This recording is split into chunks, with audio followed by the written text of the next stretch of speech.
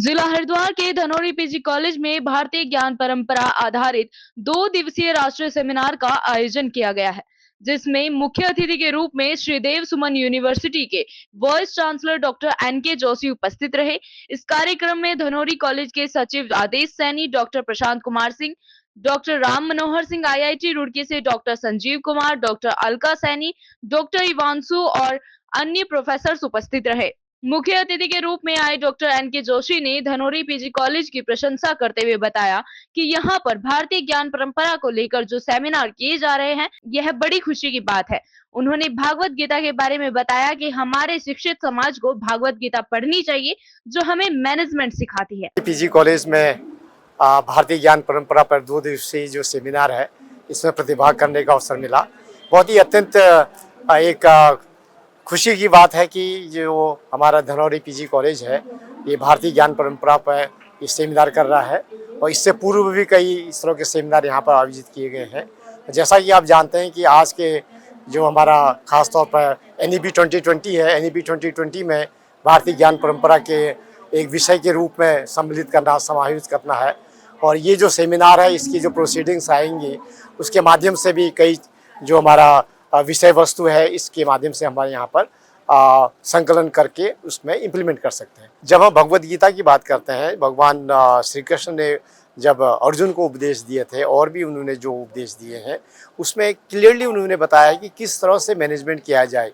अगर आपको लड़ाई करनी है तो अपने जो आपके शत्रु हैं कैसा व्यवहार करना है, अपने मित्रों के साथ कैसा व्यवहार करना है, और अपना जो ऑफिस में मैनेजमेंट जो आपको करना है वो किस तरह से करना है, पूरा क्लियरली उन्होंने उसमें संबोधित किया है।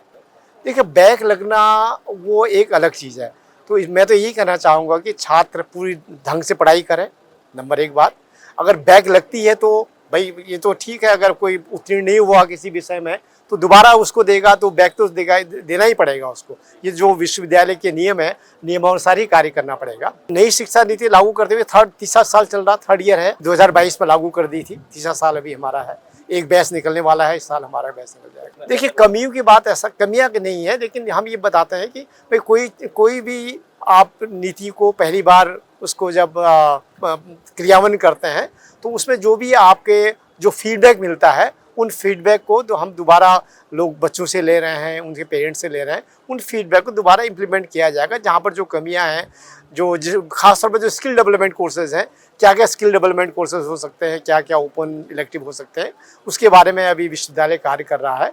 और वो स्किल डेवलपमेंट कोर्सेज सारे कॉलेजेस को प्रदान कर दिए जाएंगे ताकि उस पर कॉलेज जो है कोर्सेज प्रारंभ कर सकें। कैसा अनुभव रहा सर आज का धनौरी पीजी कॉलेज?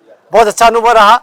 यहाँ जब आया, जैसा मैंने भी बताया, एक पॉजिटिव एनर्जी, तो मैंने पहले भी बताया था भाषण में, बहुत पॉजिटिव एनर्जी है। खासतौर पर यहाँ पर जो हमारे सेक्रेटरी साहब हैं, जो प्रिंसिपल हैं, फैकल्टी मेंबर्स हैं, काफ़ी अच्छे यहाँ पर लोग कार्य कर रहे हैं। और जो इस तरह का सेमिनार, खासतौर पर ये जो सेमिनार है, इस सेमिनार की बहुत ही महत्वपूर्ण सेमिनार है। इसके जो प्रोसीडिंग है, मैं तो चाहता हूँ कि इसकी प्रोसीडिंग जो है हम हाई लेवल को इसकी प्रोसीडिंग भेजें, ताकि इसमें जो भी हमारे आपके जो रिकमेंडेशन आए हैं उसको हम सरकार को भी भेजें और उसमें उनको इम्प्लीमेंट कर सकें। 28-29 मार्च में 2 दिवसीय राष्ट्रीय संगोष्ठी का आयोजन किया जा रहा है, जिसका विषय है इंडियन नॉलेज सिस्टम।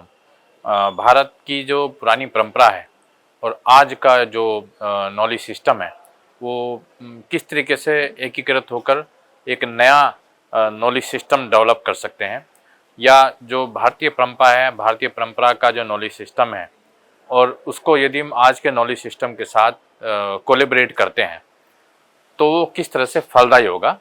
इन अलग अलग संस्थानों से एक्सपर्ट आए हुए हैं जो अपनी राय रखेंगे और उससे जो एक रिजल्ट निकल कर आएगा वो हम भारत सरकार को भेजेंगे। इसमें कौन कौन बच्चे शामिल रहेंगे जो प्रोग्राम्स को अटेंड कर रहे हैं? इसमें हमारे कॉलेज के छात्र और उसके अलावा अलग अलग संस्थानों से आए हुए रिसर्च स्कॉलर्स और जो पोस्ट ग्रेजुएशन स्टूडेंट्स हैं, उन्होंने पार्टिसिपेट किया हुआ है। उसके साथ साथ अलग अलग संस्थानों के बहुत सारे सहायक आचार्यों ने इसमें अप्लाई किया हुआ है। लगभग 80 से ज़्यादा हमारे यहाँ एब्स्ट्रैक्ट आए हुए हैं जो अपने पेपर इन 2 दिनों में पढ़ेंगे, और 100 से ज़्यादा रजिस्ट्रेशन इस संगोष्ठी में हो चुके हैं। आज मुख्य अतिथि आए और कल भी मुख्य अतिथि रहेंगे जी, उनके बारे में बताएं। हाँ, आज के जो मुख्य अतिथि थे वो श्रीदेव सुमन यूनिवर्सिटी के माननीय कुलपति महोदय थे, जिन्होंने बहुत अच्छा इंडियन नॉलेज सिस्टम के बारे में अपने व्याख्यान में बताया। उन्होंने बताया कि कैसे आज जो हम पढ़ते हैं, हम न्यूटन के लॉ पढ़ते हैं, हम बहुत सारी गति के नियम पढ़ते हैं, वो ऑलरेडी हजारों साल पहले वेदों में, पुराणों में उनकी चर्चा हो चुकी है। और बस अंतर केवल इतना है कि उस समय हमारे ऋषि मुनियों ने उनका डॉक्यूमेंटेशन नहीं किया, लेकिन आज इन सबका डॉक्यूमेंटेशन होता है। लेकिन क्योंकि वो पुरानी परंपरा है, उस समय ये सिस्टम नहीं था कि डॉक्यूमेंटेशन किया जाए, इसीलिए वो नॉलेज सिस्टम हमारा नहीं कहलाता कि दूसरे साइंटिस्ट ने उनका डॉक्यूमेंटेशन कर लिया, उनका पेटेंट करवा लिया है, उनके पेपर पब्लिश कर लिए हैं, इसलिए वो उनके नाम से आज जाना जाता है। जबकि पुरानी परंपरा में वो हमारा नॉलेज सिस्टम है, हमारा वो ज्ञान है, हमारे वेदों में और उपनिषदों में उसकी चर्चा मिलती है। तो इसके बारे में हमारे कुलपति महोदय जी ने बताया। और कल जो हमारे मुख्य अतिथि हैं वो सुबोध उनियाल जी हैं, जो ऑलरेडी इसके बारे में काफ़ी नॉलेज रखते हैं, और कल उनका जो व्याख्यान होगा काफ़ी सुनने वाला होगा, ऐसी हमें उम्मीद है।